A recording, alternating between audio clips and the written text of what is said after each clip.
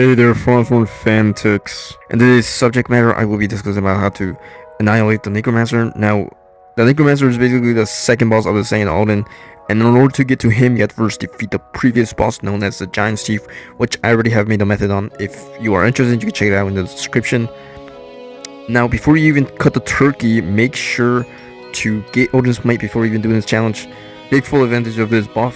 Make sure that you wear the best rarity armor and weapons that you have. Just scatter around your base and just equip it to your character. Usually you want purple rarity type of items, since that will give you like the best chance of getting that Odin's Might 5, which is the best damage dealing version of its kind. Having that all said, let's just start pouring the milk into the glass cup. Alright, starting with which class I chose for this method, I chose the Draugr one since it does 20% more damage when you hit an opponent from behind, which honestly is 80% of this tactic, so that's why I chose this class. But not only that, but it also possesses a skill called the Ghost Horse, which honestly I think is the most vital skill out of the two, since it will help you escape those sticky situations, those slippery slopes that you might be facing at those certain times. Going next on what do we have in the purse? Well, I brought about 15 bandages and about a whole stack of food. Now, the reason why I brought the food alongside with the bandages is just simply because when you press both items, you're going to be healing at a much more faster rate rather than just healing alone off with bandages. So in my opinion, I think doing it this way is just a more efficient way to regenerate your health overall. The next important item they should be having on your backpack is going to be the Warrior's Elixir. This increases your damage by 10% and also increases your movement speed by 20%. So this is just a little item that will help you finish this boss and decrease the time duration of the boss's demise. I also brought with me 5 Berserker Potions, 5 Vomit Shrek Soups, 5 Mushroom Soups, and 10 Healing Cells. The Berserker Potions are optional. Also the soups are also optional, but probably bring the Healing Cells just in case. For weapons, I brought about 4 rusty knives and 1 blue weapon. I forgot the name of the blue weapon. I could guess, but I will probably get thrown out of the window for that. I also brought a simple staff and about 4 thrown axes with a full set of simple gear. Now, you don't have to bring exactly what I have. This is just a draft before the big assay, and I know that many of you watching this video are probably going to want to just absolutely destroy this boss as fast as you can with the best weapons that you have. So the doors are open for you to go in there and do that.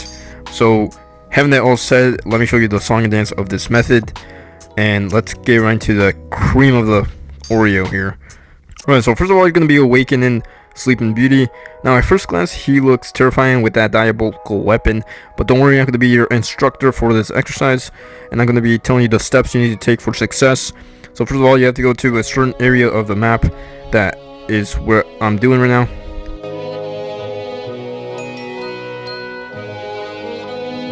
Alright, once you reach the destination point as shown on the screen, you're going to be waiting for this bastard to come, and now you're going to be going behind him, and you're just going to be striking him with 3 normal attacks.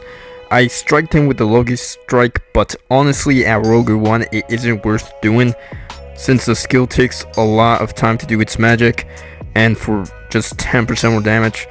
So statistically speaking, you're going to be doing more damage with just 3 normal attacks from the back than doing a Loki strike and then a normal attack. So just keep that in mind when you're doing this method. Now let's say the boss has you on the rough edge, aka you're low on health.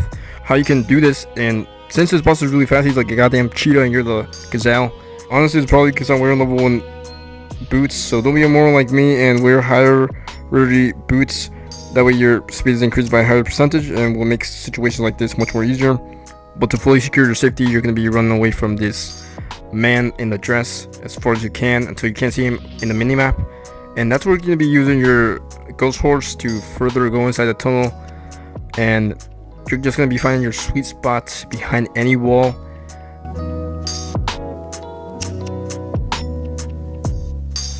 And once you have found your sweet spot, then you should be able to drink your healing self peacefully. And that should get you back into the battlefield. Well, I think that's going to be the end, but before I go, I'm going to be showing you the full battle between me and the Necromancer and how this method worked when the violence was active. So, without further ado, let's get the piano playing.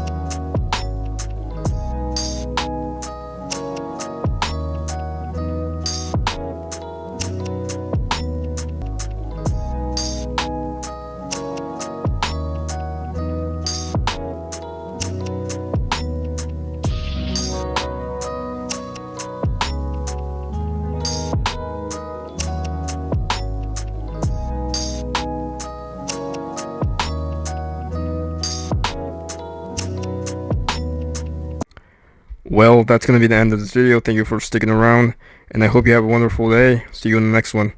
See ya.